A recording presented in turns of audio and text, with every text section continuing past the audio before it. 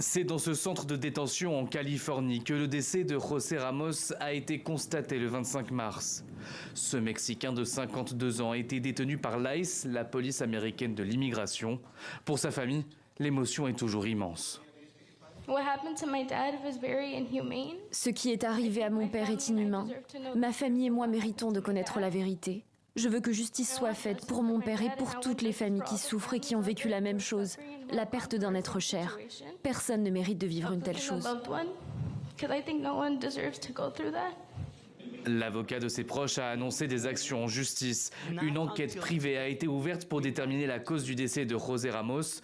Sa veuve l'assure, l'homme était en bonne santé.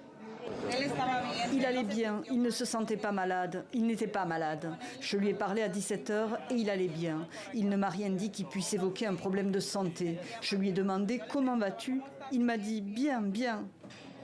Selon le ministère mexicain des Affaires étrangères, la mort de José Ramos monte à 14, le nombre de Mexicains décédés depuis le début du deuxième mandat de Donald Trump, alors qu'il se trouvait entre les mains de l'ICE.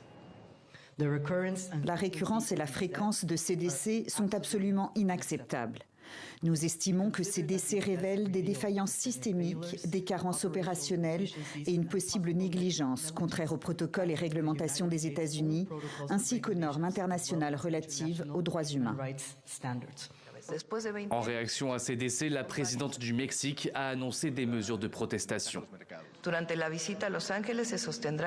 Des rencontres auront lieu avec les familles des personnes décédées au centre d'Adelanto, ainsi qu'avec la Coalition pour les droits des immigrants et le Centre de défense des immigrants, afin de mobiliser le soutien de la communauté et de faire pression sur les autorités.